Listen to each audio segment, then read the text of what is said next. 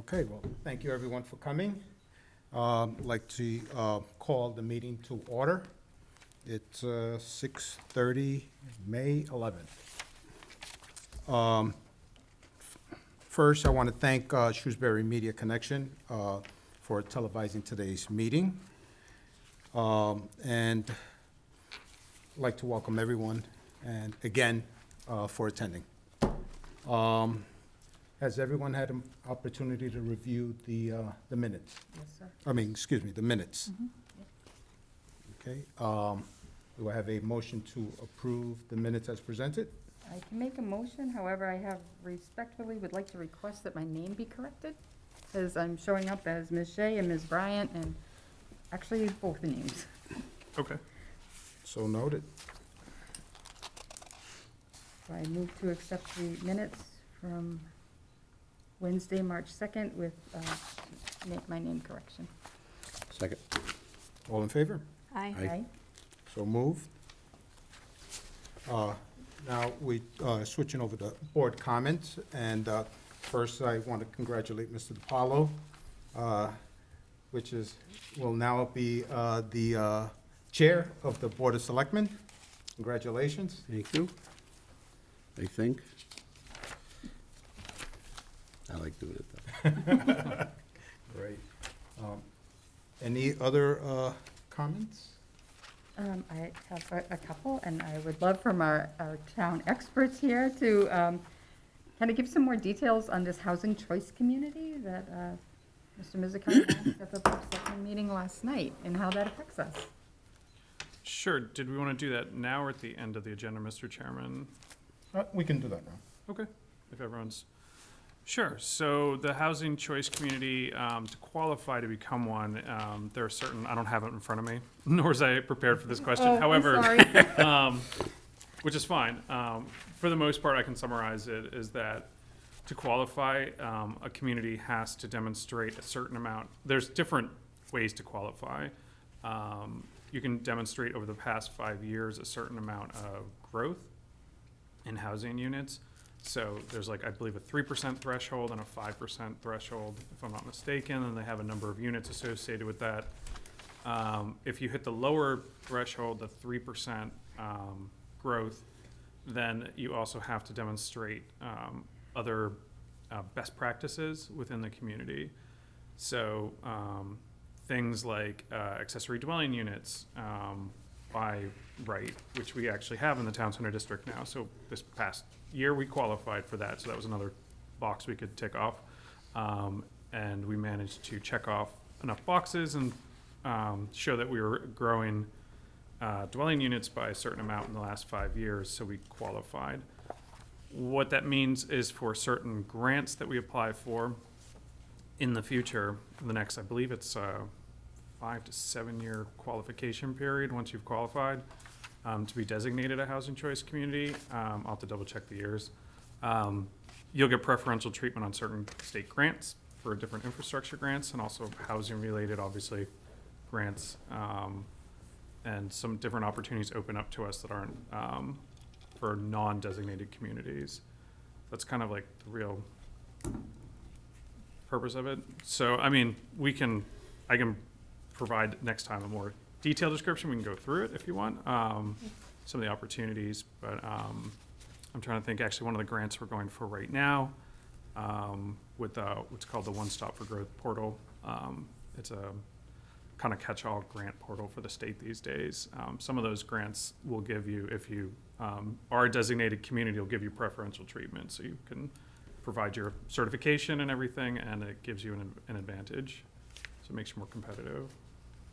And how will that affect affordable housing, that was mentioned? Yep. So, well, like I said, so certain grants and funding from the state that includes housing, right? Okay. So it's not just infrastructure, like water, sewer, but also actually affordable housing grants and the like. And I can get some examples for next time if you'd like, or send them to you offline. It's also happy to do that and connect you with what's it called? The state website Okay. for housing choice communities. Oh, okay. Yep. Probably Google that too. Thank you. You're welcome. Thank you for taking that one cold. It's all right. Anyone else? I'm all set, thank you. All set? Okay, we'll move to the next item on the agenda, and that is the memo from the Planning Department regarding the options for the designing of the Affordable Housing Trust Action Plan. Mr. Cahill? Yes, so after our last meeting in early April, the Planning and Economic Development staff reached out to Ms. Shelley Goering, who did some training for this committee a few months ago, if you remember her, for Mass Housing Partnership, and we asked the questions that this committee had raised last time, namely, does Mass Housing Partnership do action plans? The answer was no. The only consultant that Shelley or Ms. Goering was aware of was the Goldson, who we also spoke to later, J.M. Goldson. And we asked the questions of, are we able to update our housing production plan with affordable housing trust funds? The answer was yes. So you can do it through CPA, through housing funds, or just use it since we actually have a reserve. We can draw on that. We also asked about including an action plan in the housing production plan. Ms. Goering said that it can be done, but it's not necessary to have it in there, but unless you're trying to align goals much more closely. So that was kind of her comments. The next person we reached out to was at J.M. Goldson, Ms. Jen Goldson herself, one of the founders and managing directors. And we asked her again, on behalf of this committee, kind of what kind of services do they offer and what kind of action plans do they provide for and that they've done in the past and that they would be willing to do for us. I'm not going to go through literally every sentence here, but the gist of it is that there were essentially 3 tiers of action plans that they've done in the past and that they'd be willing to do in the future for us or other communities. And of course, the price, the cost to the community is different depending on the scope of that action plan. So the first one is an action plan that would be pretty much worked out with this committee. So J.M. Goldson would work pretty much strictly in-house with this committee. We may or may not solicit other comment, but for the most part, it would be this committee, J.M. Goldson, and planning staff doing the work and the heavy lifting. The second tier, kind of the larger, slightly larger scope, would include several sessions with other boards and committees. And there'd be some outreach. I know it's not listed here, but she did mention some outreach to the community, but not necessarily those large public forums that we've seen for the CPC plan or the town center district. And we had, at the library several nights of it and multiple workshops and so on and so forth. But we would meet with boards and committees and solicit their input. And then the final one, and so to go through, sorry, that first tier was about $15,000 to $16,000. The second one that I just mentioned is around $20,000 approximately. And then the largest one is kind of the whole kitchen sink, if you will. All the bells and whistles, whichever metaphor you want to use, or whatever it's called. Multiple public forums, workshops with members of the public. So, and this one would be about $25,000. But this would be a massive outreach effort on behalf of the committee by J.M. Goldson, and that would be about, like I just said, $25,000. It's worth noting that the outcome of each of these would be whichever one would be chosen if we were to go with J.M. Goldson or to choose them, would be a 5-year action plan with a 1-year step-by-step breakdown. So kind of that first, we say step-by-step breakdown, but kind of that specific first year we had talked about before, those specific action steps in the first 12 months. So they really just are the varying, variety here is what you're seeing is really just that level of public engagement. How involved are we going to do like massive surveys and the like, and what the committee would want to see. Being under, I believe it's $50,000, it would not be an RFP. We could go out as an RFQ, request for quotes, which means we just have to hit the state statutory minimum of 3 quotes from 3 different consultants. So we would probably, let J.M. Goldson as a courtesy, know that we were going out for a quote and they could reply or not. But that there are others out there that could provide this service who do work in community development and housing. Finally, just a couple days ago, actually it was a day ago. So this was the update at the very end that you received this morning.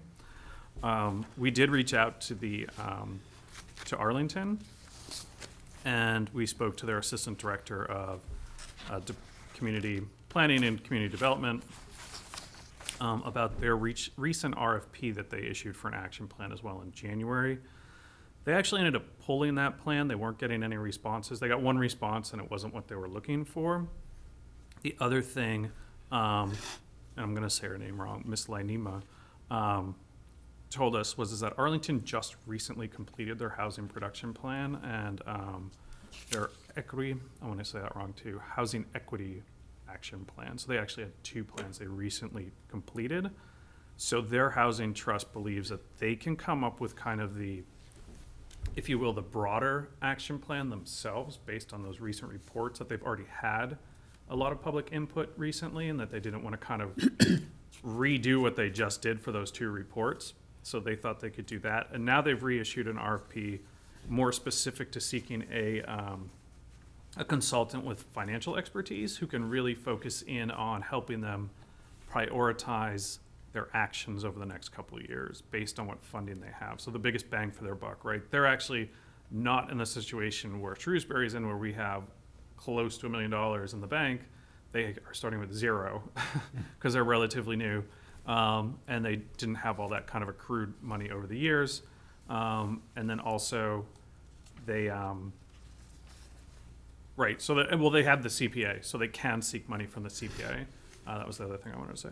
So they do have that, but they don't have a lot of funds. So they want to make sure that in those first years, they're prioritizing what funds they do have. So that's what they're leaning on the consultant for, not so much to hear our overall goals, but that consultant, the idea, my understanding at least from talking to Arlington, was they would look at those goals and work with the consultant to prioritize them into action items based on their finances. So I think tonight, Mr. Chairman, what I think I would find very useful as planning staff, and the planning department would find useful, is if you, the trustees, could deliberate and or discuss amongst yourselves kind of the options you like. But more than that, I think, would be to be able to provide the Planning and Economic Development Department with some guidance about drafting an RFQ for services. So when we leave here this evening, I can take that back to my staff and we can start to craft one for the June meeting for you to review. And then hopefully, well, if not that meeting, the next meeting at the latest, take action to move forward with funding it. And of course, we'd bring this to the selectmen as well and let them know the plan once the plan's been arrived at. So, but I think the first step this evening, if I may, is to come up with kind of the parameters for the RFQ that you'd like the planning department to start following or start drafting around, so we kind of have an idea. Again, I can only recommend, Mr. Chairman, that those three tiers perhaps be looked at, as I think they're a pretty good guide about kind of what this this trust is looking for in terms of services from a consultant. So I don't want to take up all the airtime. I certainly want to hear from you, and I think a discussion is warranted amongst yourselves about which way you feel you want to go. So I had one question, and maybe we can talk about this, is, with the Massachusetts Housing Partnership, their summary here, they talked about, tying in the HPP and the AHT together, and just wondering, what everyone here thought about, I think if that would be a good idea, to package it all together into one. Comments? I certainly don't think that that's a bad idea.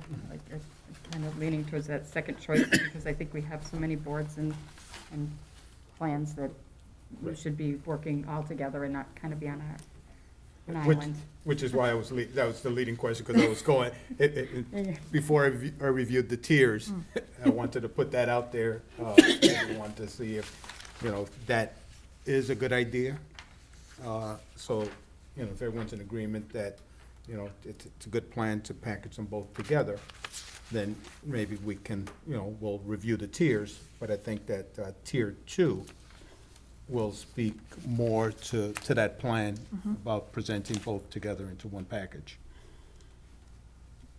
So kind of taking the comments from Mass Housing Partnership, combining it with that tier 2 level of service, Correct. which would bring us over the 20,000, that is approximate 20,000 that Jan Goldson quoted to us, right? Because that's not including the housing production plan. That could be another, actually, I don't know. I couldn't speculate how much a housing production plan is by itself. So it would be kind of in a different, slightly in a different situation than what's being proposed here, if that makes sense, right?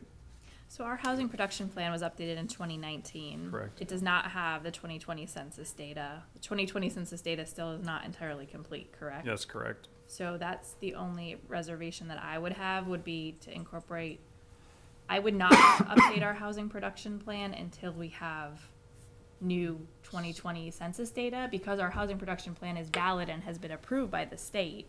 So it protects us in safe harbors when we do increase our affordable units. But I think our housing production plan should inform the action plan that this trust comes up with. Correct. And so any idea, and we may not know the answer today, you know, as far as the timeline, because, you know, we're still in the early stages of putting the RFQ out. So maybe by the time we get there, we then have the census information. We're 2 No years. one knows the Yeah, I answer have to that no right now, idea. But, you know, I think My concern would just be the delay. We've been asking myself, our GIS coordinator, Dan McCollum, and plenty of others in town, keep asking the state, and I presume they keep asking the federal government, where's the finalized census data? And no one seems to know exactly when it's coming out. So my concern, Mr. Chairman, is that it could be as late as November for all we know, in which case we're now 5 months back on taking any action. No, it's a good point. So let's put the RFQ out and identify both. Let's get prices for both. And if we don't have the census, then, you know, the obvious would be then going with tier 1. What's the census gonna give us, Tristan, other than probably changing the numbers? Well, it'll give us new data. It will give us refreshed data. We've been working off 2010 census data. So 2010 housing units, 2010 demographics, 2010 workforce information, 2010 financial information. So it's quite old. Okay. But I think I tried to get some information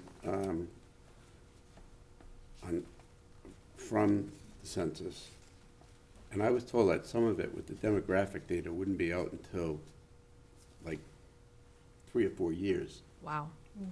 It comes out halfway through the cycle. Well, there's community averages that come out halfway through the cycle, which are kind of estimates. But there should be more demographic information that should be coming out sooner, as I know happened in 2010 at that time. Okay. So just to go back, if I might, to the idea of 2 RFQs, it sounds like perhaps what you're actually looking for is for planning staff to go out and ask for another scope of work if we were to do an HPP plan, housing production plan, plus an action plan inclusive. Because we have, It's we kind know of what, an ad alternate. yeah. Yeah.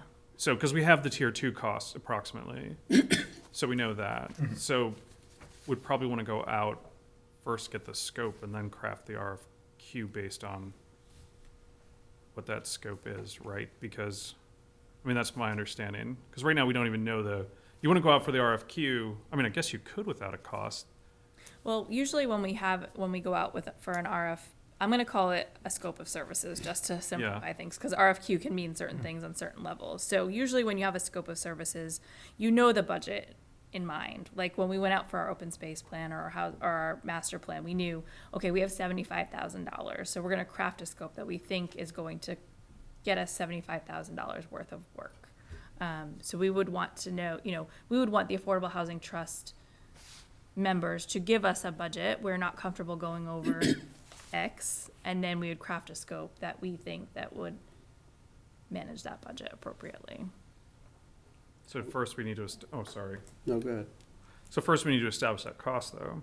If that's the way the trust If the trust- members want to right. go.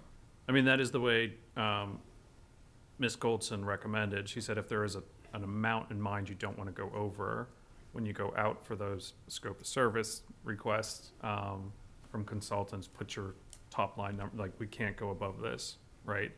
And then that will, you know, the consultants that aren't interested won't come forward, but the ones who think they can make that number work within what we're requesting then would come forward. A little different from from the work that I do, business, so. Right. Typically don't put the price, okay. I think, oh, go ahead, Mo. No, these things are very, very broad and generic, the tiers. I'm not sure I understand exactly what we're gonna get. Number 3 seems the most clear, but I'm not understanding what we're gonna get for tier 1 and 2. The way this is written, it says attends a session with the trust. A session? It might mean, I think we probably should have written sessions. It wouldn't be one session. I hope not. I don't know what, So number 1 would just be like the inside track, right? It would be everyone here in this room and the consultant, and then I'd support as staff, and that would be it to craft the plan. but I know it says draft the plan, but what's the plan supposed to include? That's what you would work out with the consultant, and would take on board the HPP, would take on board the master plan, and the consultant would help us get around there and work with what are your goals and talk to you and try to draw that out of this committee based on your thoughts on those plans. At least that's how I understood it from speaking to Ms. Goldson.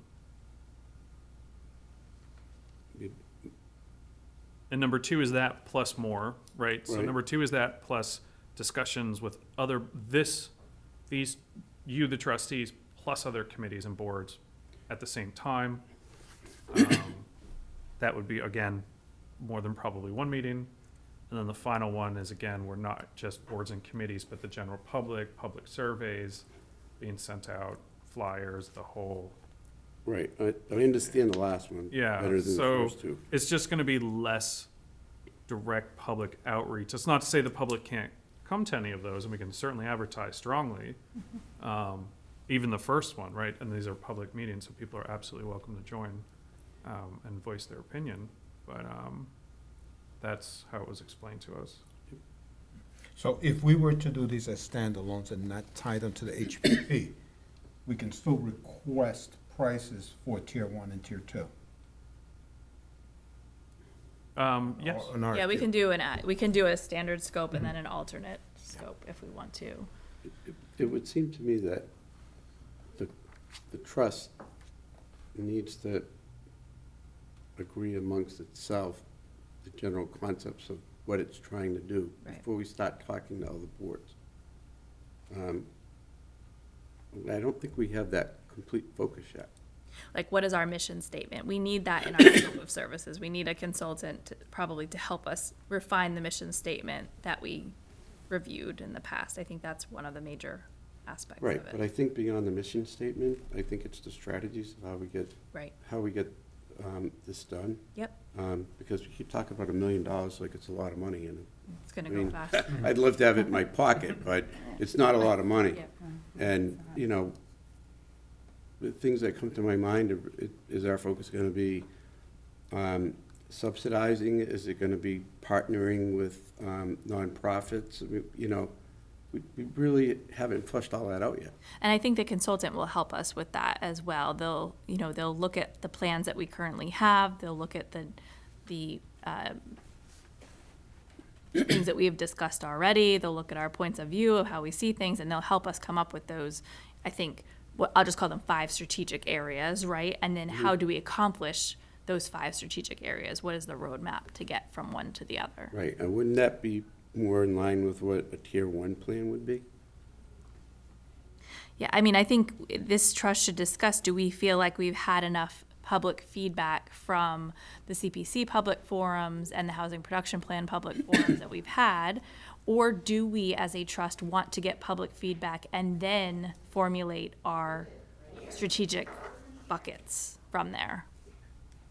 My opinion is we need to know more about what we're talking about before we have the public come in. I think we should at some point early on, but I think we need to know what we think we're capable of doing Yep. before we have the public in. So I think we can probably accomplish that in a tier 2 situation. Is the consultant would probably work with us for 2 or 3 meetings to come up, educate us further. We would make some consensus decisions. Then we'd perhaps put those consensus decisions and test them with the public. And then we come back as a trust and formalize and finalize those Right. into the strategic vision. That sounds like a good way to go to me. And I think we need to work with the other boards. We need to work with the planning boards. We need to Well, work with the boards. but first we have to know what we want to do. I agree. Right, it's just the order. Right. How we're going to address it. Yeah, I mean, it's kind of hard to start working with other boards when we don't really have our focus yet. No, I think I see, yeah, I think there's a roadmap that I just threw out there, but if someone else has a different roadmap. No, I think you have a good idea, and I think it would be interesting to hear what the public has to say about this whole subject. Because I think there's gonna be a lot of different ideas about it. And certainly I think we need to talk with the other boards and make sure that what we're trying to do is in harmony with what they're trying to do, Right. so we can be the most effective. Yep. We could start off with a narrow focus on moving ahead and expand it as we need to, right? And we could have, like, in year 1, we have a very narrow focus. In year 2, we might broaden that focus a little bit. In year 3, we might close that down again or expand it based upon the experiences that we've had and the successes. Right, and as we we've understand had. more about how these things work. I think it's a steep learning curve in here I'll speak for myself. It's a lot more involved than I had thought it was in the beginning. No, there are a lot of moving pieces here. Yes. And I think, working with the consultant will help us, get a good handle on it and then just put a plan forward. The only thing, I don't have an idea of, Mr. Cahill, you were saying about just putting a limit on not to exceed on the RFQ. Me, for one, I have no idea, what is a reasonable amount for that. Yep. I think I have to defer to the experts on that. So, I mean, when we get grants, as we did for well, I'll give you a recent one. We got a grant for the wayfinding signs, which, free advertising right now, that are hopefully going in the next couple of weeks. We got a set amount from what's called the Shared Streets and Spaces program. So when we went out for a scope of service, we had to put, we didn't have endless amounts. We had a set amount of funds from the state for that grant. So when we put out our scope of service, we said we had X amount, and then we just solicited that feedback for that scope of service to meet our requirements. And we got quite a few. So I suppose if we went out and the cost, I don't know, Kristen probably is having more experience on procurement than I do, but if no one were to come back, and we could always ask them too, why didn't you submit a proposal? And they said the cost was too low, we couldn't do it for that amount, then we could always go back out, I suppose. But that's, as to Mr. DiPaolo's point, is that, $1 million sounds like a lot on paper, but when it comes to housing, it's not really. It's probably one house in Shrewsbury right now, one brand new house. I think I would recommend that the committee set a spending limit that we are comfortable with, but we don't have to put it in the scope of services. We would ask for the scope of services, and if it comes back way over budget, well, then we have to discuss, do we want this scope of services? Do we need to up our budget? Or if it comes way under budget, then we're in good shape. So I think we should ask for what we need and get a solid price on that. We could set a limit that the trust members have said, we need to come back and discuss if it's over a certain amount. So do we have to get Can we appropriate that money of our own volition? We don't need to go? Yes, we can. Yep. Okay. That wasn't one of the things we put in with the selectmen to spend money with the I approval? think it's over a certain amount, and I don't think it meets that spending limit from how I see it. But we'll definitely double check how that mechanics would work of the allocation. And how recent are these amounts here on the form? Oh, for like the tier 1, 2, and 3 for Yeah. Goldson, about 2 weeks old. May Oh, 2nd? they are? So, May 2nd? yeah, what was our original? May 5th, but we met before. The, Yeah, it was May 2nd, right? Thank you. Oh, so these- Not these- even 2 weeks? So these are, Fresh off the Fresh press. off Yeah, the yeah, press. yeah. then I feel a little more comfortable.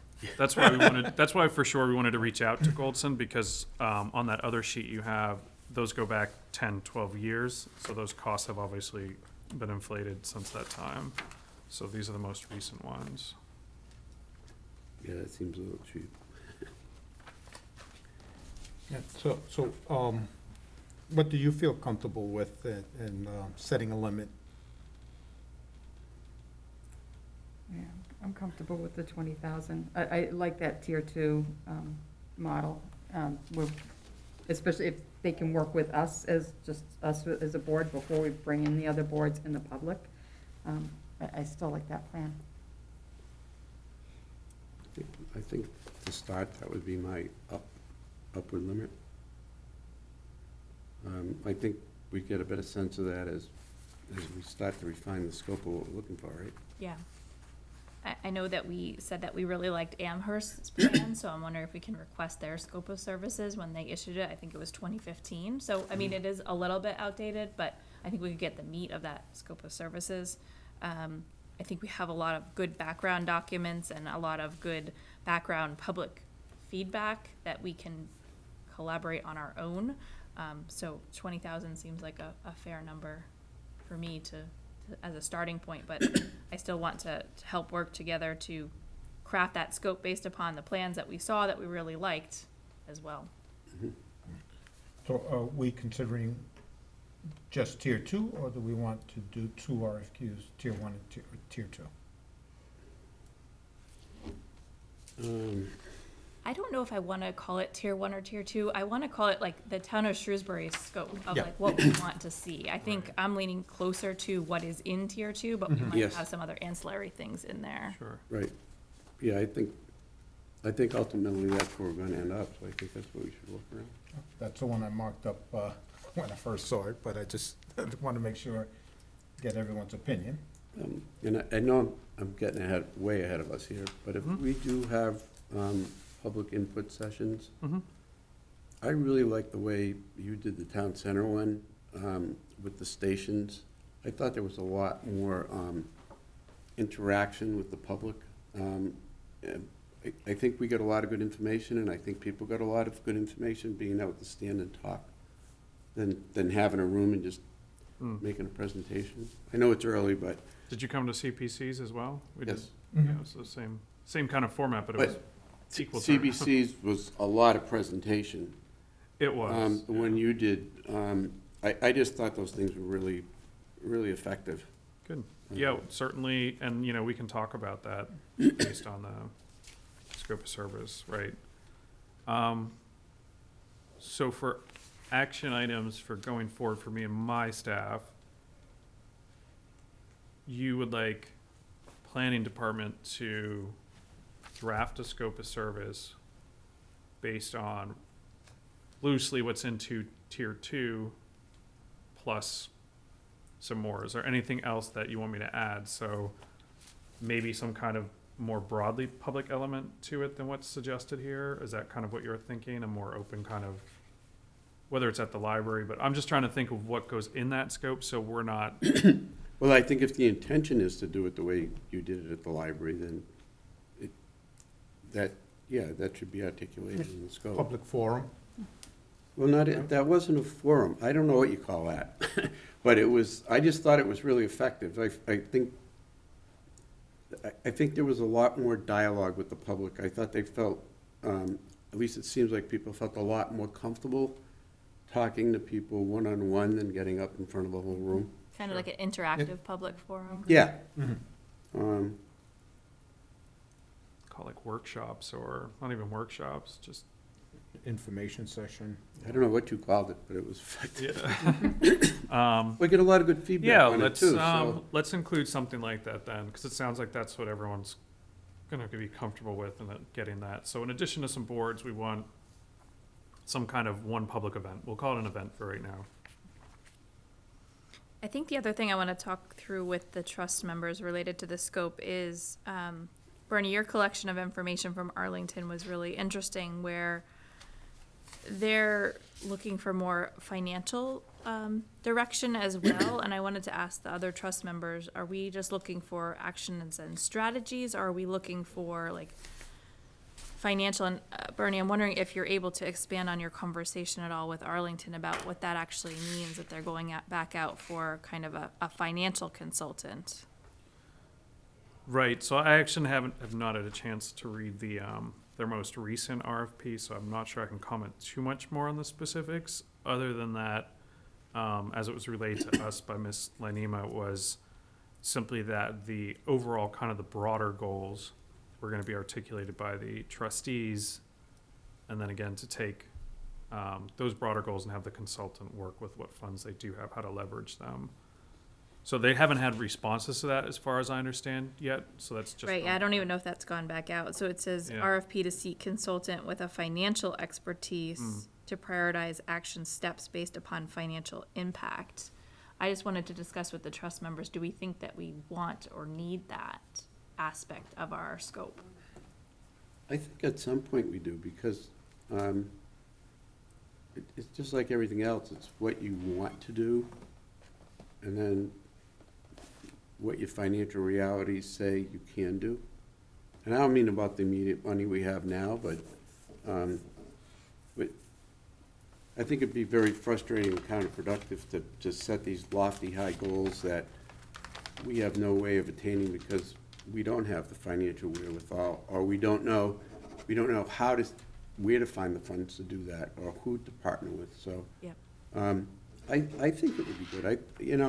I found a lot of benefit when we were working on Beal and having John Tromentozzi and, being able to support us and give us the background of how the numbers work. Right.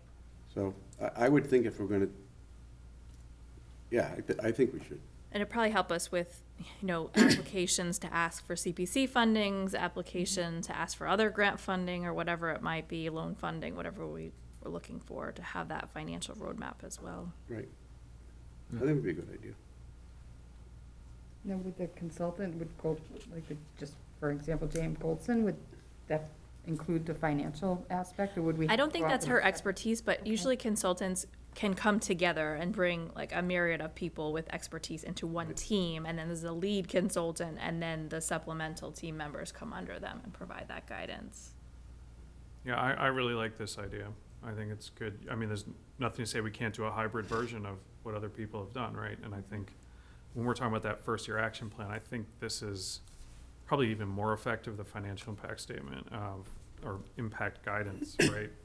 Because again, to your point, we don't have infinite funds, and how can we best use the funds we have to have the largest impact in the shortest amount of time? And I think that's a good idea. We might have to increase the budget if we include that Right, scope, right, but right. I think that spending that short dollars up front is gonna benefit us in the long run. And if in 2 I years agree. we have to come back and get that financial guidance because we didn't include it the first time, or trustees didn't include it the first time, then we're kind of Right. back to square one and spending that money anyway, so maybe it, That makes sense. yeah. I think it incorporate it all into one. Okay. What's a reasonable amount to increase? Another 10, 5, 10? I mean, do we say 30 is like our cap, and then? I If we're haven't- gonna do the financial part, Right, Yeah, I'd say another, I was gonna say between 5 and 10, let's go on the high end. Get it to 30. I don't know how public you go with what your limits are gonna be, unless you put it in the RFP or the RFQ or whatever they call it. yeah, I'm just thinking, when we do a scope of services and it's funded by the town meeting, they know the town meeting funded That's true. X amount of dollars. I suppose, yeah. So if someone digs into our minutes, they might see our conversations. If they don't, they don't, but. I have a question. 'Cause I was away for almost 2 weeks. I didn't really get a chance to read through the Arlington RFP that they had, that they didn't go ahead with. Do you know why? Was it what they were asking for? Were they asking for something that might have been out of the realm of what people usually do? Is that why they didn't get the responses in there that they wanted? That wasn't entirely clear why they weren't getting the responses. I mean, it was relayed to us that it was a traditional action plan. And it wasn't clear why they weren't getting it. We were just told that only one person responded, and it wasn't, quote, what they felt they wanted. Yeah. So that's when they kind of, it sounds like the housing trust and town staff who staffed the housing trust there got back together and said, can we do this part by ourselves? Do we really need to go out for this part of it? And then they reconvened and went out with this new RFP more narrowly focused. So that's my understanding of how things went down in Arlington. So I don't know if there's anything necessarily defective with their RFP. Yeah, I just was wondering if they were asking for stuff that, Didn't seem out of the usual. No. It just seemed pretty standard. is the universe of consultants very small for this? That's my understanding from talking to Ms. Goering at MHP, that there's not a ton of consultants who do this. That could be one of the reasons. But that's not to say others won't step up, right? Especially if we put in a financial piece, that might be more of a draw for some of these consultants. When we first got the action plans, most of them were from the J.M. Goldson. Hmm. We had that whole list in Google Drive. So There are I not a don't lot foresee that out there there. are a lot. Yeah, that was when we spoke to Arlington as well. They, Ms. Lennyman did note, she said, remarked on the same thing. There's not a lot of action plans surprisingly out there. Like there are several, multiple trusts across the state, but not everyone really has that action plan. So it's, We can request a copy of the proposal that they did get. It's public record. that's true, yeah. So we we might could. just want to take a look at it Yeah. and, it clearly asks for financial information in the RFP, and they're stating that the RFP that they received did not meet their needs for financial prioritization. So they probably didn't tick one of the boxes of an eligible application. Mhm. So do we need to take a vote on this as well, as to which tier, or, well, we'll stick with tier based on what's submitted here, on what the next steps would be? Yeah, I think in loose form, we can probably do that. And I don't know if this is the time or not. I want to get Mr. DiPaolo's thoughts on when we should be going to the Board of Selectmen, just to give an update. Should it be before we develop an RFP and issue that? Should it be after we develop the RFP and before we issue it? Should be after the fact? Just what are your thoughts that your board members might want to see from the trust if your board appoints the trust members? I think it might be a good time when it's ready to go out, but before it's released. Okay. Before that, we won't have anything concrete to talk about. Mhm. I mean, I would, if I wasn't on the trust and somebody was coming to me, I'd want to know what the plan was. Not just get general information. So I think when we're ready, Okay. or at least we've got a draft and say, this is what we're gonna do. We could ask for if they have any comments, but they could have something to respond to and be ready to go. And how would that be presented? Would that be at a meeting that we have to attend, or? Yeah, we as trust members would attend and present to the board members. Got Yeah, I think I can get you on the agenda. it. Squeeze us in. Yeah. You know a guy? Yeah, You know somebody? I know You know a somebody. guy who knows that. That'll be helpful. That's helpful guidance of timing. Thank you. Yeah. Okay, so we can just then put a motion out to take a vote to put out an RFQ? I mean, to write up an RFQ? I don't know if we Or need do you an, need we to? just- I don't know if we need an I official don't know vote. if we I need a think, vote. I think, are we in consensus that we would Yeah. like the planning department to draft up an RFP or RFQ or scope of services that includes the tier 2 items as shown in the memo dated May 11th and also has a financial aspect and testing it against Amherst plan? Yep. I think that's what we all agreed upon. Thank you. All right. Here we go. Thank you. Right, moving right along. Any other business? I don't have anything. Nothing? Not right now. Okay. The setting, I know we discussed the schedule, the meeting schedule, for, the upcoming, meetings, and, we have a conflict in June. And so this room is not available, so we have an option of using the smaller conference room, across the hall, if everyone's comfortable with that. Or we can seek another location, either the firehouse or the library, or, I was going to look in to see if the senior center, I don't know if it's Oh, open that late. I have a key. You do? You have a key. we know somebody that has a So we key. do have room We A, know a which lot is of across the people hall, on so the we've board. got a lot of connections. If it's just gonna be a working meeting and everybody's okay, that room works. I mean, people might not wanna be that close. I mean, I think we'll be reviewing, from what I gather, the draft scope of service, and then that will be presented out publicly anyhow at the selectmen's meeting, Right. so, before it goes out. So if everyone's comfortable, we Sure. can just Wherever everybody wants to. keep the same date and just have it across the hall? Yes, and that date is June 15th, it would be 6:30 in room A. Roommate. Ernie, I printed this down, but I didn't recall who it came from. It was a PowerPoint that was in the package. That, I believe was that the MHP one? I don't know, but it just seemed like it gave a Yeah. good ride, how you go through it. I'll make sure everyone has one. It's in It's the, not, isn't it already on the Google Drive? yes. Yeah. If you want to print out, though, happy to print it. Any other items? I think we just want to speak, we are down a member. A member had to give their resignation. I believe their term is up June 30th. It was the 1-year term. So I know the board voted last evening to re-advertise, but we just would want to talk about, would we want someone in the seat for one meeting in June and then be up for reappointment the next time, or wait until after June and advertise? So, Wow. Mr. DiPaolo, what are your thoughts on that? I mean, in reality, with the town meeting and all that, probably not even gonna, even think about making an appointment till sometime in June.